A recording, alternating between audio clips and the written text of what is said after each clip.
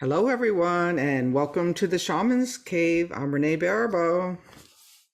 Hi everyone, I'm Sandra and Ingeram, and welcome to the Shamans Cave. So, uh, um, there are many Facebook pages out there, as we all know, many Instagram accounts, lots going on in social media. And so, on one of my pages, I had somebody post about how she travels with air plants. And I started to think about that. And air plants, I actually just got one. They're just little beings that they don't live in soil. They just live in the air, and you can hang them. You can stick them in shells. You just have to soak them in water really good once a week. And so it, uh, it brought up the whole issue of bringing sacred objects with us when we travel, you know, creating sacred space when we travel. And many years ago, I can't remember when it was, I was doing five-day workshops in a row. And I really love my land, really love my land. And I was going to come home between each workshop, but I was mostly going to be gone. So what I decided to do was I got one of my little square altar cloths. It's not very big. And I started walking around my land, and I picked up old bark that had fallen off my favorite tree. And I picked up some favorite rocks and even some leaves and some pine cones. And I put it in it's, I would say it's 8 by 8. I should have it here, but sorry, I don't. It's behind me. I could get my camera to follow me, but and I traveled with it everywhere. So I was always connected to my land. I was always connected to the land. The land was always with me. And it's interesting because I fit into this category. In shamanism, a lot of shamans would never travel to do their work because they felt that their power came from their land. Hmm. They left their land, they would lose their power. And I'm a bit like that. I was on the road teaching for 300 days a year, but where I always felt the strongest is when I taught in New Mexico. Hmm. Um, and just because of my connection. So, Renee, what about you? Do you travel with sacred things? Yeah, when you were talking, I had this experience. I don't know, I might have brought it up a while back, but last winter I got to the desert and I was taking my wind walk, and all of a sudden I thought the mountains told me that I was done there and it was time to go. And so I put the next day, this is how, spontaneous I can be with these things. I put the house up for sale. But then, it sold. But then I was up on Whidbey checking something out one weekend because that's where I'm primarily living here, and I thought, okay, well, I'll let the desert go, and I drove into the grocery store parking lot, and all of a sudden, this was during the sale. All of a sudden, I had this awareness of, well, this is what it will feel like if you let the other land go, like that. This is going to be your land, not the grocery store, but this is going to be your landmark if you let the other place go. And I thought, like, well, it didn't really exactly feel like the anchoring of the desert and the trees that I had been looking for. And so when you talk about having this, your land being so relational to you, when I moved to the desert reluctantly, one day the mountains filled me up with this. It was just this energy that I was an undeniable filling up of the land, and I knew that I was supposed to be there. And so that didn't happen in reverse. So I believe that even though I'm up anywhere, that I take that a lot of my healing energy comes from that desert grid that I have lived in 30 years, for 30 years. And that even still on Whidbey, as long as I have that anchor, I can be other places. Right, right. Yeah. Yeah, no, it's really important to know how to carry the land with you. And I guess because I'm such a ceremony addict, I used to say to people that my spirits, one time in a workshop, my spirits wouldn't let me do a ceremony because I was so addicted to doing ceremonies. Just watch a ceremony and not participate. And so I do, ceremonies are my life and they keep me connected. They keep me connected to spirit, and they just give me a sense of well-being because I feel then my spirit is connected in a really good way and anchored to source in a really good way. And so for me, altars are really important, and traveling with an altar became really important to me, just psychologically, emotionally, to always know, well, this rock is from my land. I can talk to it. I can talk to my land again. And, it just made me feel good. And we've actually done a show, not on this particular topic, but on connecting to land before. And I didn't have a good arrival in Santa Fe, as you're talking about how you were able to bring the power of your land to Whidbey and anchor yourself. I didn't have a good Santa Fe, and we were like this, and nothing worked in my life when I moved here. And so finally, I decided to journey to the spirit of Santa Fe and ask her why I was having such a hard time here. And she told me, and she gave me 5 things to do, 5 easy things to do. They actually weren't even that hard. And I did all 5. And my life, after I completed all 5, my life changed dramatically for the good. And Santa Fe became my home. And the spirit of Santa Fe remained a teacher of mine in my shamanic journeys until one day she came to me and she said, I actually have nothing left to teach you. You're free to go. I always, I always felt like I was brought here, that this was not my choice. As we were driving up La Bajada, which is a hill leading to Santa Fe, I was down on the floor of the car holding myself. My cramps were so big, and I was saying, I can't go there. I can't go there. Stop. It's been too much. It was too much earth school here for me. It was. Mhm.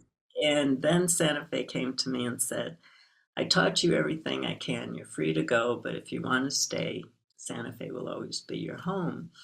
And so these relationships with land that you have, that I have, that shamans have, a lot of people do have. I read about it in our Facebook groups, but I don't know how much the collective ever thinks about that. Like traveling with something that connects you to your land, traveling with a piece of bark or a stick that connects you to your land, or a rock. I wonder how many people think about that. Mm. Well, there's 2 thoughts here. The one is, I think we've talked about this too before. I thought when I left Syracuse, I was going to Taos, and but that's where an apparition, a spirit, showed up in the living room with a shell with sage in it, blowing it west, and basically said, "No, this isn't where you stopped too short." And I just used to make fun of people who moved to California. So but that was like the strongest no. And it wasn't like I was going to stay there and they were going to teach me. It was like a message to move on. So I did. But when traveling, so, I did this Four Winds program where I created this rock mesa. And by the time I got done with it, it was pretty bulky and heavy. And then I had this, I had the chanupa that I also carried. And so one time, this is when it all shifted for me. One time I was going through security in Lima, and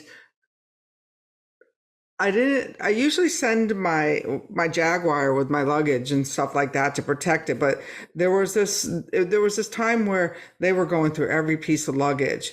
And this man actually, no matter how I told him this was sacred stuff, he was purposely dismantling my mesa, my chanupa, the whole thing. It was so hard on my soul that I decided that that was just not the way that I was going to travel.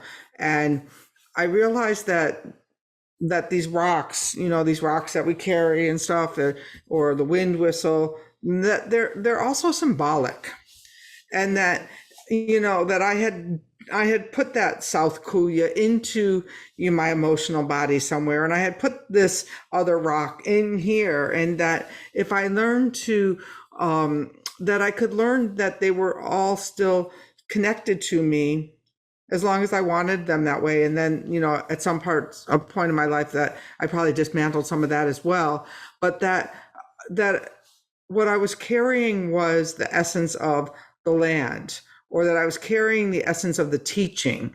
And that can't be mauled at the airport. And you traveled a lot, so you understand, like, how, I learned. Then I started, when I teach on the East Coast or something, I ship boxes. So I just don't even have to go through the explanation with people of, what this is, and that kind of thing. But there's one thing I do want to share that my friend Anka taught me. My friend Anka, she was like this, she was this curandera woman who, she just was just a wise woman. And she always reminded me that more important than carrying my tools on the road was to carry my energy on the road with me.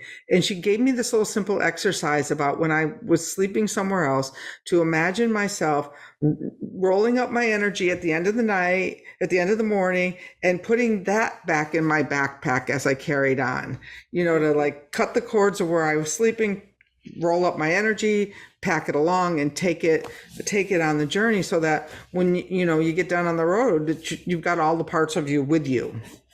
Yeah, I used to do something different but similar with flying. I never had jet lag until uh, I would say my last ten years of traveling. And I always did a thing before I went on a plane where I asked my soul to travel with me, so it kept up with me, so that we were all together when I landed, and I never got jet lag. So that's My editor, when she was just reading a chapter of the book I was writing about, I think it was, I don't know if it was on the travel section or the chapter summaries, where I talked about one of my simple exercises is that, and it just happened one day, I just saw it, was that I send the Jaguar with the luggage. And it just goes. And so all of a sudden, it's like, sometimes these visions, all of a sudden my luggage just comes out. I was at JFK or something, and there's the Jaguar sitting proudly on the luggage. So if you have a power animal, some of them really like to go on your luggage with you, and to take care of you in a certain way, like, to go in the hold of the airport with that luggage, so that nothing happens to it along the way. And it just used to make me chuckle when my luggage would come out, and I would see my power animal sitting on top of it, like, Mom, I did a great job here. I have a really funny story about that. I did not use a power animal, but what I used to do when I used to travel, because at Albuquerque, you have to change planes everywhere. There's nowhere to really go direct. And so I would sage my bags, that had all my clothes and all my objects and everything for the workshop. And I would instruct it to show up with me. And so this one time, I was gonna teach in somewhere back east. I can't remember where. And the plane was supposed to be nonstop. It wasn't supposed to stop somewhere. And I told my luggage to go with me to this place. But the plane stopped in Kansas City. And I had told my luggage not to get off the plane for any purposes. And so we get to where we are, and my luggage doesn't come off the plane. And the stewardess says there were like 8 people on this plane. There wasn't that much luggage. And the guys went back and checked, and there was my luggage hiding. Not to get Yeah. off. So even with these little rituals, we have to give good directions, like end up with me wherever that is. Exactly. That's the important part about your rituals is, like even, I'm learning with AI is how do you really put those words together so that it gets the idea of really what you want. And for somebody like me who's not always really clear, but that's like a really good example of how you have to be clear with your ceremonies and your intentions. And I always refer back to my friend Audrey, who used to say, spirit wants to give you what you want, but doesn't know the difference between a nickel and, $1 million. So money isn't the word. It's just like, I need $255 to pay this bill. Where's it going to come, and really be more specific. And that goes when you're traveling and carrying your tools with you. Now, I'm just lucky. I have a black rock in the car. I have a black rock in my home. I have multiple black rocks because for me, that's just the greatest way to decharge energy is like to, if I'm really stressed out to, carry this rock. I always travel with a wind whistle because that can always make me, bring me groundedness. And then I always travel with a book, but it's usually because there's somebody along the route that I'm going to be giving the book to. So I always bring along a book and, and that's about it. That's what I take now. And especially with carry-on luggage being way more popular these days than checking your baggage, it's like we learn to travel light, but these rituals that you can do beforehand are really central and key. Yeah, that's really important. Yeah, and I think